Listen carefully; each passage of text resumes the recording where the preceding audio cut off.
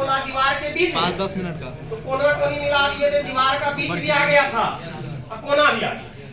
अगर घर के बीच में कोई गेंद है तो कौन सा कोना लेंगे कि घर का बीच भी आ जाए, कोना भी आ जाए?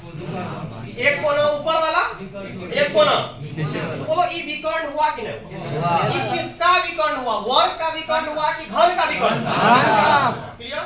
और मैथ्स में पढ़े होंगे, बचपन में पढ़े ना, क्या होगा? घन का विकर्ण होता है √3 गुना भुजा। Yes sir.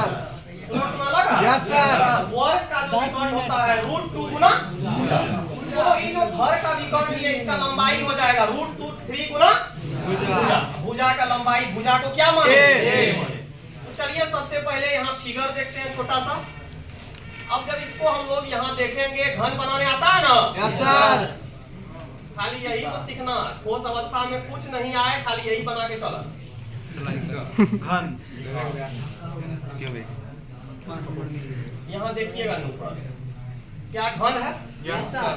अब बोलो एक कोना यहाँ वाला ले, तुम ही लोग देखना, एक कोना यहाँ का ले रहे हैं, एक कोना नीचे वाला ले रहे हैं और एक बीच वाला ले रहे हैं। क्या 3 आदमी आ जाएगा? Yes sir. एक कोना ऊपर, एक कोना नीचे। अच्छा बोलो सारा कोना पर जो अवयवी कण होगा छोटी, क्या एक दूसरे को टच करेगा? Yes sir. करेगा कि नहीं करेगा? Yes sir. क्या बीच में भी एक गोला होगा? ये भी टच करेगा और नीचे में जो एक गोला होगा बोलो ये भी टच करेगा कि नहीं करेगा? सब एक दूसरे को क्या कर रहा है? स्पर्श कर रहा है।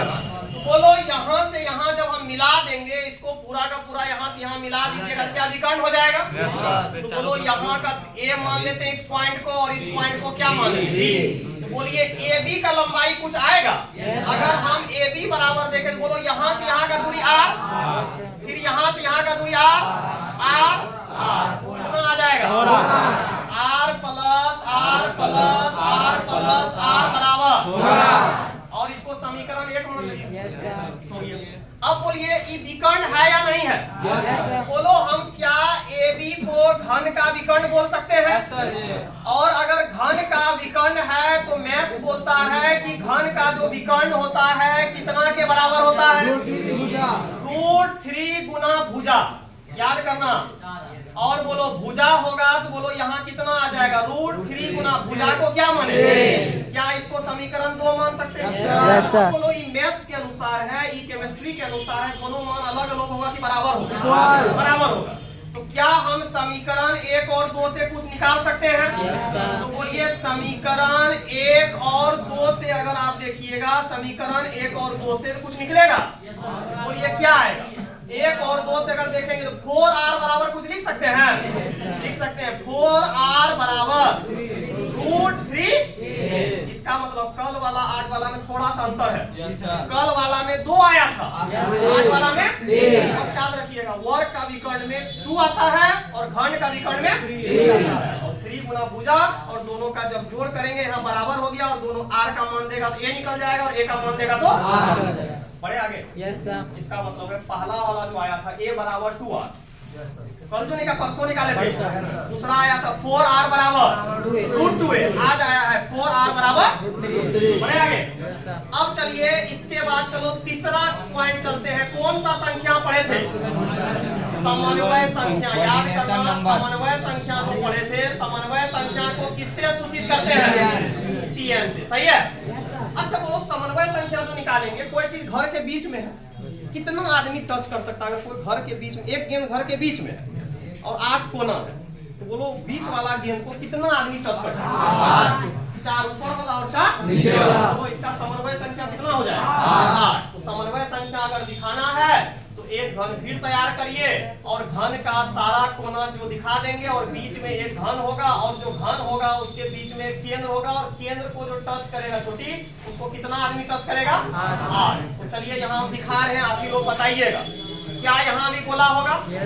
टोटल गोला दे रहे। समन्वय संख्या किसे कहते? क्लियर है ना? स्पर्श करने वाले गोलों की कुल संख्या को कौन सा संख्या बोलते हैं? समन्वय संख्या। चलिए बीच में है तो बोलो यहाँ वाला टच करेगा, ये भी टच करेगा।